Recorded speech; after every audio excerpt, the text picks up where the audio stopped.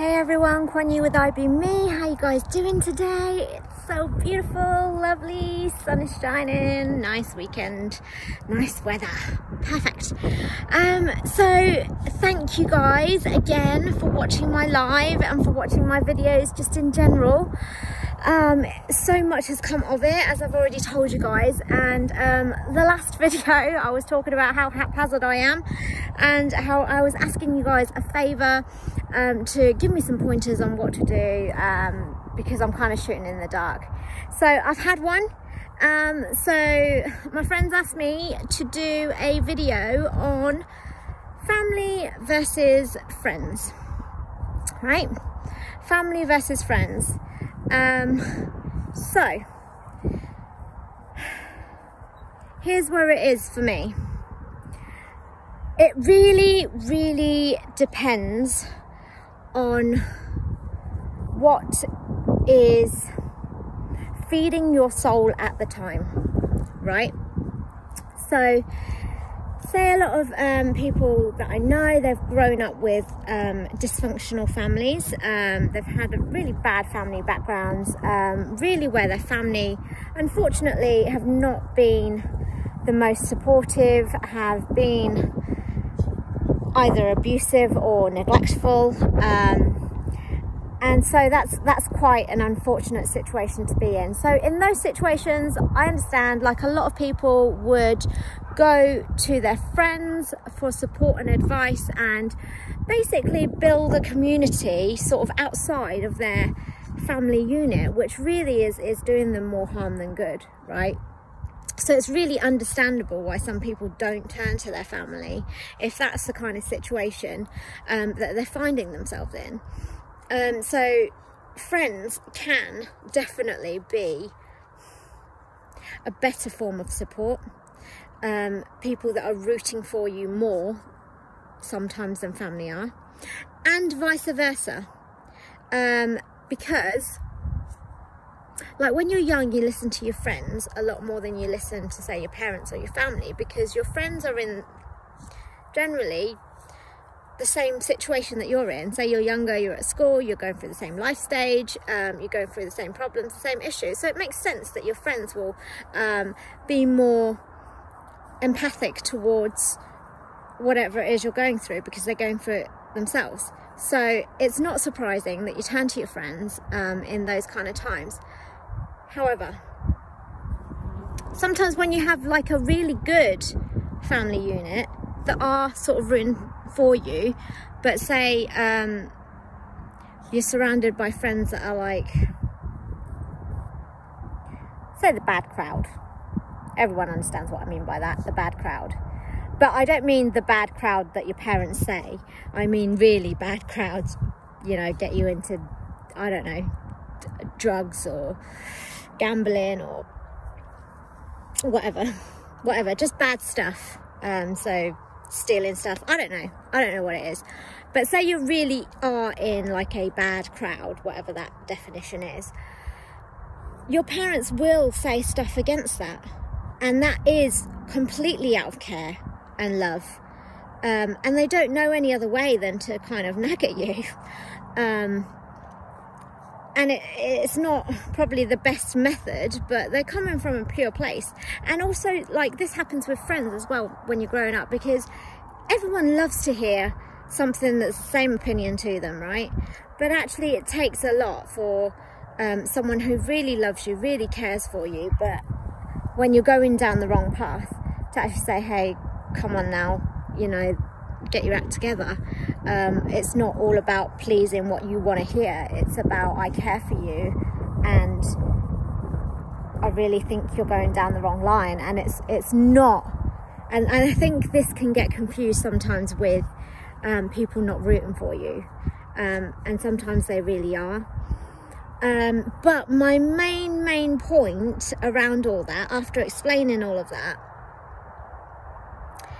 is I really think that people, especially like during this like COVID crisis that we're going through and people are shut off from each other, I think we're all just looking for that sense of belonging and connectedness with each other. And whether we find that in friends, whether we find that in our loved ones, in family, or our partners, or whoever it is. I think people just want to be accepted for who they are. And I feel like what I'm saying is so like obvious, but I think a lot of the things that I think are obvious, and actually through doing these videos, a lot of people come back to me as like, I've never thought of it like that. That's really inspired me. And for me personally, I think, oh, this is just basic. And that's not I don't mean that in a patronizing way, but everyone is in the center of their own world, right? Everyone is like if I know something, I automatically assume you know it, which makes no sense. We've come from completely different backgrounds, upbringings, that had completely different experiences, and as I said, in here, completely works differently for anyone. So yeah, so I'm saying that if this sounds patronizing, I don't mean for it to be. And, you know, I think the message is important. I think that's what most things come down to, a sense of belonging, a sense of, we all want to connect with each other. We all want to feel love from each other. That unconditional love, you know, that people accept us for who we are, no matter what. There's like,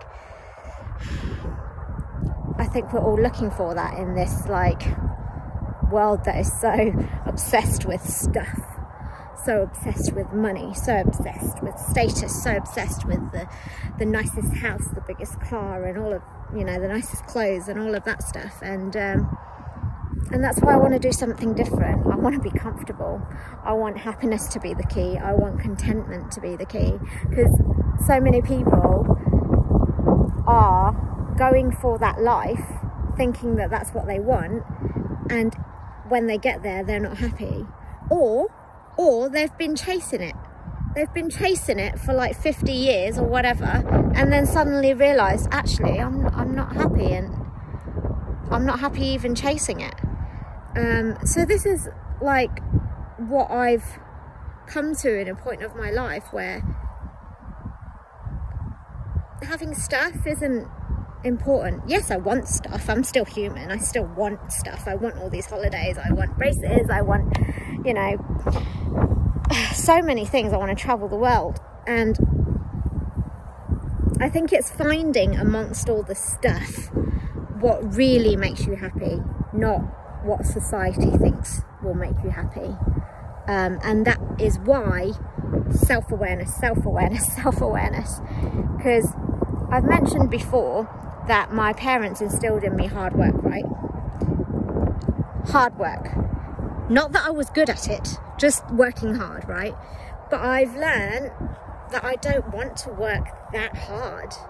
So I'm quite happy doing what I'm doing, and doing this as like a really fun hobby on the side of my 9-to-5 job, because I don't want to be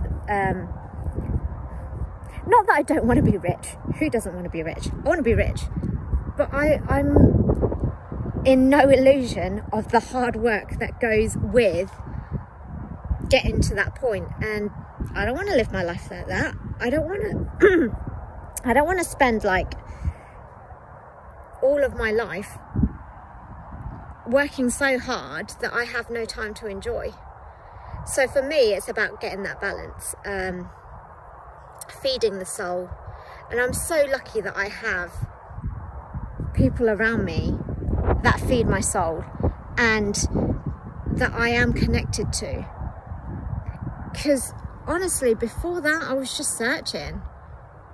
I was just searching for that connectedness, to the point that, so a lot of you know that I don't want children. Now, a lot of you won't know that because you will have known me to really want children in the past. And I've kind of gone 180 on that. And part of that is realizing that I wanted a child to feel connected, because I felt, say, my parents didn't do as good of a job as I felt I would have been able to do to provide that love for like a child that I would have had. And really it was quite selfish on my part, because I'm trying to fill a hole in me, you know, fill that void of connectedness in me by having a child that's by no means would it be their fault to be born, you know, it's not their choice. Just so that I can feel connected. So no, I chose against it because actually I don't want children. I don't like the company of them. No offense to all my friends that have children. Your kids are great, I'm just not a fan of being around for too long. This is honesty. So yeah, I think family versus friends, it's not family versus friends, it's connectedness versus emptiness. And it's wherever you find that connectedness is amazing. And even doing these videos, I'm connected to you guys. I feel connected. I'm getting responses. I'm meeting up with people that I haven't seen in 10 years. It's amazing. Such an amazing journey. Go and be you guys, honestly. Do whatever you want to do, because life's too short. Life's too short. Go and enjoy it. So yeah, thank you so much for all your support so far. I hope this has been informative. I hope it sparks conversations, thinking. Yeah, so I'll see you guys again soon.